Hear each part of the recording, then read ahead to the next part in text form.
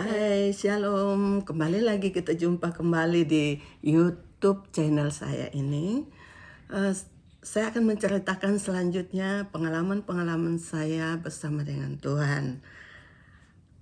Di tengah-tengah masalah yang sangat sulit ya, bahkan rumah yang kami tinggalin akan disita oleh bank karena rumah itu dijaminkan oleh teman suami saya ke bank untuk mendapatkan pinjaman untuk mereka berusaha. Tetapi em, ternyata temannya itu nipu, temannya itu punya hutang di bank dan uang itu turun dari bank langsung diambil oleh bank untuk membayar hutang teman suami saya di bank. Sungguh menyakitkan sekali apa yang kami alami dalam hidup ini. Ternyata harus kami membayar hutang-hutang itu ke bank 1, 2, 3 kali masih kebayar, selanjutnya tidak kebayar. Sehingga rumah satu-satunya yang kami tinggalin itu akan disita oleh bank. Bingung mau kemana. Tentu saat itu cara yang kami lakukan, kami mencari Tuhan. Tapi karena tidak ada yang menuntun, kami jalani apa yang kami anggap itu kami lewati. Suami saya 3 periode menjadi majelis di GPIB. Dan itu kayaknya Tuhan gak peduli dengan apa yang kami lakukan itu. Mungkin cara itu kami lakukan mungkin untuk menyogok Tuhan supaya Tuhan memperbaiki kembali kehidupan kami. Itu ternyata salah ya. Itu ternyata salah. Tuhan menginginkan pertobatan yang sesungguhnya di dalam kehidupan kita. Nah, satu kali ada masalah yang sangat memberatkan di tengah-tengah pelayanan suami saya di GPIB, Shalom. Tiba-tiba suami saya mata kirinya tidak bisa melihat.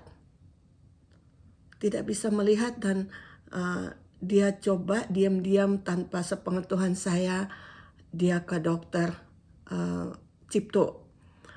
Dan dia divonis bahwa dia telah kehilangan penglihatan mata yang sebelah kiri. Jadi dia hanya bisa melihat dengan mata yang sebelah kanan. Itu dia harus mempertahankan itu. Dan wah, seakan-akan langit itu runtuh menimpa saya di dalam kehidupan saya. Saya merasa itu yang namanya sudah jatuh ketiban tangga ya. Sudah jatuh ketiban tangga. Bagaimana saya harus membesarkan anak 7 dengan menyekolahkan mereka ya. Harus menuntun suami yang buta. Ini istilahnya. Itu berat sekali saat itu saya rasa. Benar-benar ini pengalaman yang paling berat dalam hidup saya. Maaf ya, saya agak sedih. Saya menjalani kehidupan itu dengan sangat susah sekali. Kemana saya bawa ketujuh anak ini? Saya bingung.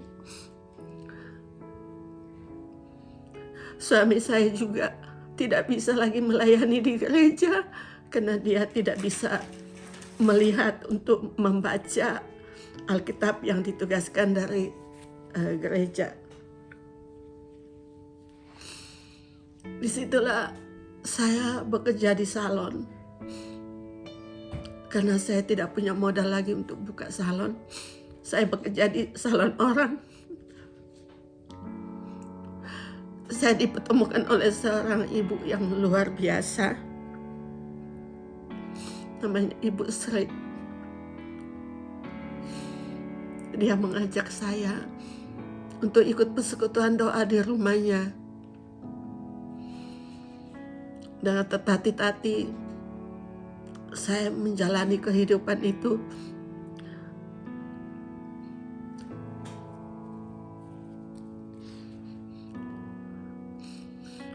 Tapi justru di tengah-tengah situasi seperti inilah saya berjumpa dengan Tuhan. Saya disapa oleh firman-Nya di Matius 11 ayat 28. Katakan, marilah kepadaku, hai kamu yang berbeban berat, yang letih lesu, aku akan memberikan kelegaan kepadamu.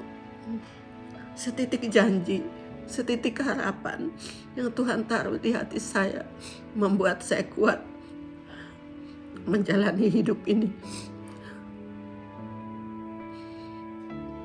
Inilah pengalaman saya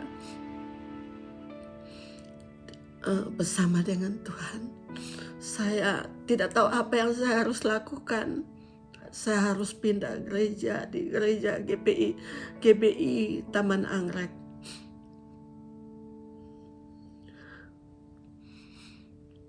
Saya diberi tugas untuk menjadi pendoa syafaat di gereja itu. Bagaimana saya mendoakan orang, saya sendiri dalam kondisi yang berat.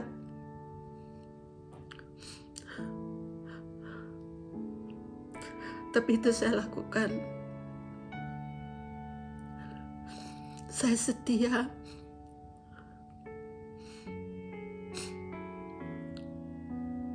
Dan di tengah-tengah pelayanan itu, kami harus kehilangan rumah yang kami tempati selama ini. Kami semakin dibawa lebih terpuruk lagi.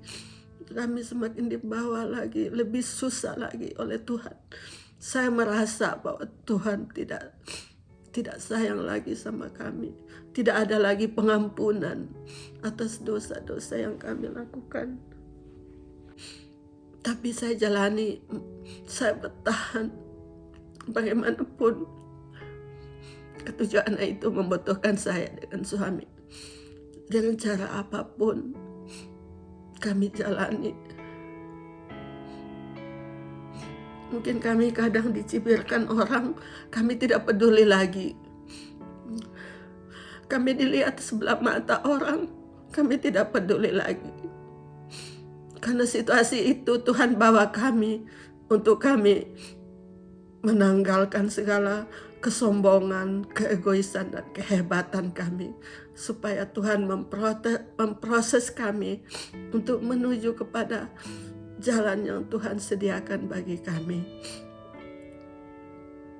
Bapak Ibu yang dikasihi oleh Tuhan Yesus, di dalam kesetiaan itu kami merangkak, kami kadang jalan, kami tidak peduli hujan, kami tidak peduli panas.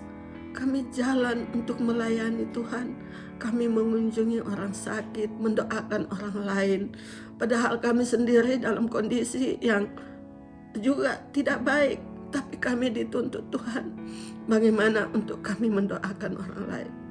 Saya ingat firman Tuhan yang mengatakan, kalau kamu memberi di atas kelimpahan kamu, itu semua orang bisa lakukan.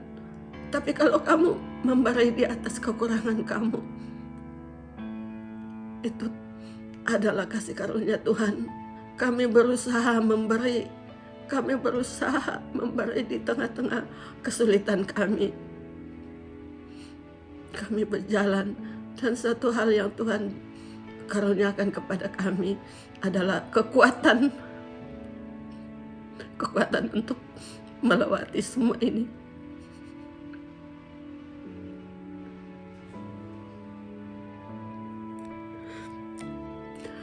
Tuhan memberikan kami bahu yang kuat untuk memikul salib itu, sehingga kami bisa seperti Daud melewati lembah-lembah kekelaman.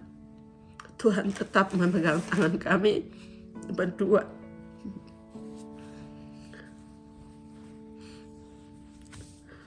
Sering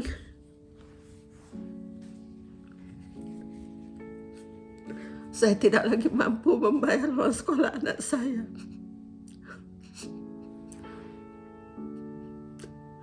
Dan saya dibantu oleh gereja. Saya sangat berhutang kepada gereja.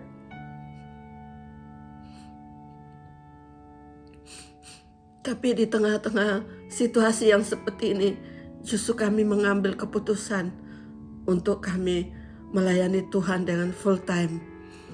Suami saya bekerja di gereja GBI dengan full timer, tentu dengan gaji yang sangat minim.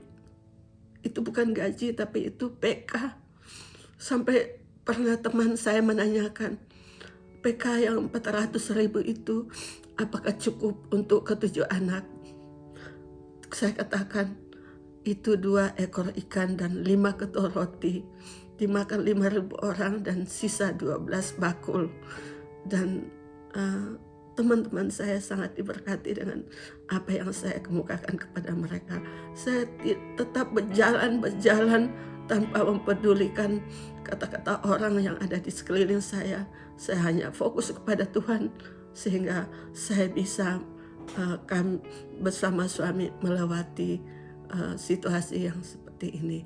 Terima kasih, Tuhan Yesus memberkati, dan nonton terus YouTube channel saya ini. Maafkan kalau di YouTube ini saya banyak mengeluarkan air mata, bukan karena air mata penyesalan, tapi itu air mata kebahagiaan.